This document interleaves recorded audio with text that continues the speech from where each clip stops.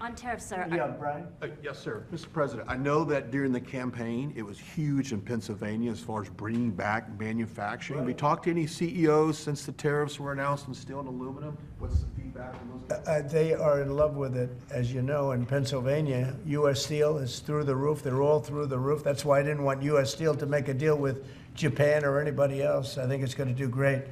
But I think maybe more than anybody else, the steel companies and aluminum companies, they're in love with what's happened. And this will eventually be the car companies and chip companies. We have to have chips made in this country. Right now, everything's made in Taiwan practically, almost all of it, a little bit in South Korea. But everything, almost all of it is made in Taiwan.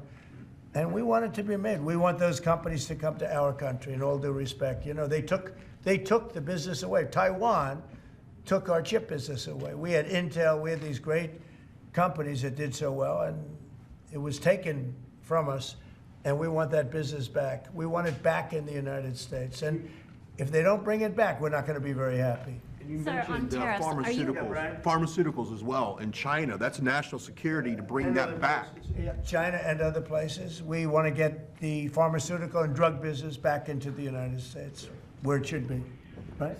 Sir, on tariffs, are you concerned that the countries that would be most affected, like India, would just shift their trading to China?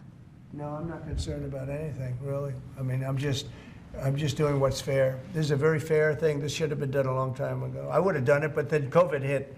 I was getting ready to do this years ago, and first term we had the most successful economy in history, and then COVID hit, and this was going to be the thing that I was most waiting to do, but it was awfully hard to do this with Italy and France and Spain, and all those people were dying, and then we put tariffs on.